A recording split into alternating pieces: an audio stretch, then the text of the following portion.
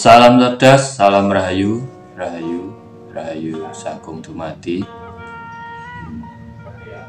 Di akhir zaman ini, di zaman goro-goro, zaman yang penuh masalah, penuh pertikaian, penuh perdebatan, zaman yang sudah menggolong-golongkan, banyak golongan zaman sekarang ini. Inilah tanda-tanda kita berada di zaman akhir, dan banyak muncul pahlawan-pahlawan. Ada yang pahlawan kesiangan, ada yang pahlawan kesore. Dan di saat sekarang ini sedang marak dibicarakan tentang sosok Satrio Piningit Ratu Adil, dan banyak yang sedang mencari keberadaannya, bahkan mengaku dirinya, bahkan mendeklarasikan dirinya tanpa memandang dirinya sendiri. Nah, disinilah kita bisa meresapi, kita bisa menelaah bahwa kita berada di zaman akhir, zaman gonjang ganjing, zaman yang penuh dengan tipu muslihat. Pesan para sesepuh dulu, hanya orang-orang yang ingat dan waspadalah yang akan selamat di zaman akhir ini. Nah, dari konsep Ratu Adil ini, tidak semua Satrio Piningit itu bisa menjadi Ratu Adil, karena yang namanya ratu ataupun pemimpin itu tidak semua orang mampu. Karena seorang pemimpin itu harus mempunyai jiwa kesatria, harus mempunyai pendalaman pengetahuan tentang kenegaraan yang luas, memiliki pengetahuan sosial yang luas, memiliki sifat, memiliki kecerdasan yang tinggi, dan yang tidak kalahnya adalah memiliki trah ataupun derajat ataupun wahyu kepemimpinan. Semua orang bisa berjuang, semua orang bisa memiliki sifat kesatria, semua orang bisa memunculkan sifat kesatria dalam dirinya. Tapi untuk menjadi pemimpin yang adil, yang benar-benar adil, butuh kesadaran diri yang tinggi, butuh mengenali jati dirinya, butuh menguasai hawa nafsunya, butuh menanamkan kembali rasa kasih sayangnya terhadap dirinya dan orang lain. Dan untuk menjadi seorang pemimpin negara, apalagi negara yang besar seperti Nusantara ini,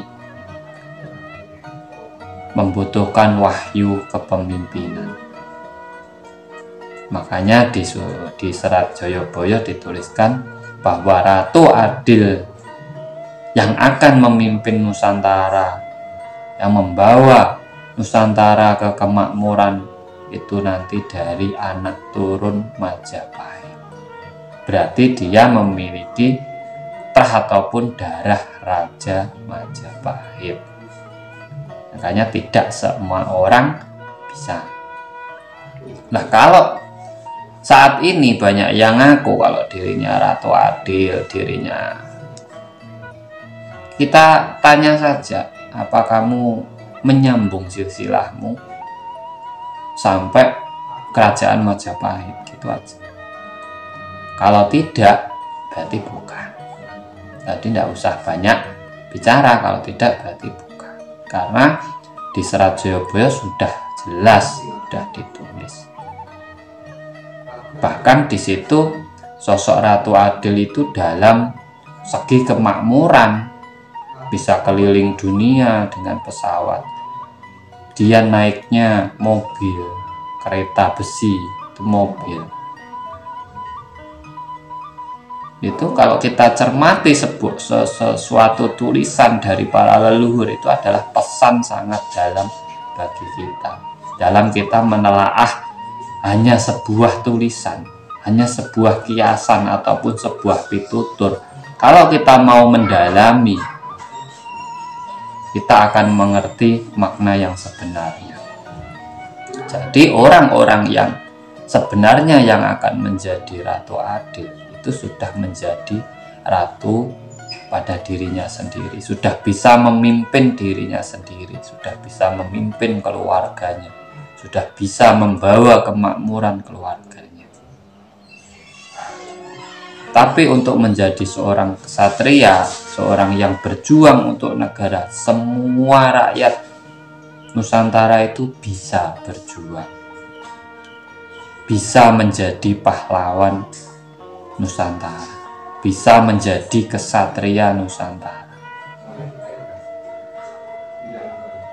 Tergantung mereka mau keluar atau tidak dari belenggu yang selama ini membelenggunya, sehingga tidak menyadari, tidak bangga dan cinta dengan negerinya sendiri. Belenggu yang melupakan mereka untuk tidak memakai pedoman ataupun aturan hidup dari para leluhurnya sendiri. Nah, disinilah pentingnya. Makanya tidak sembarangan untuk menjadi sosok Ratu Adil. Seorang pemimpin tidak mungkin bisa memberi keadilan, tidak mungkin bisa memberi kesejahteraan dan kemakmuran kalau dirinya sendiri belum makmur. Karena apa? Pemimpin yang serba kekurangan itu akan mencari-cari kalau memimpin. Untuk apa? Untuk menutupi kekurangannya.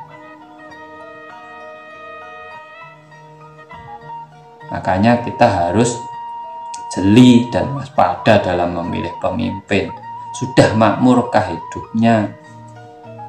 Seberapa pengetahuannya? Bagaimana tingkah lakunya? Bisa dipercaya atau tidak?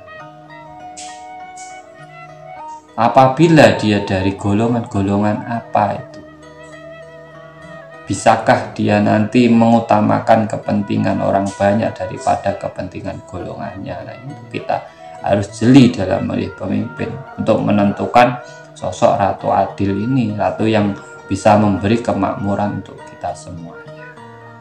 Semoga bermanfaat untuk teman-teman semuanya.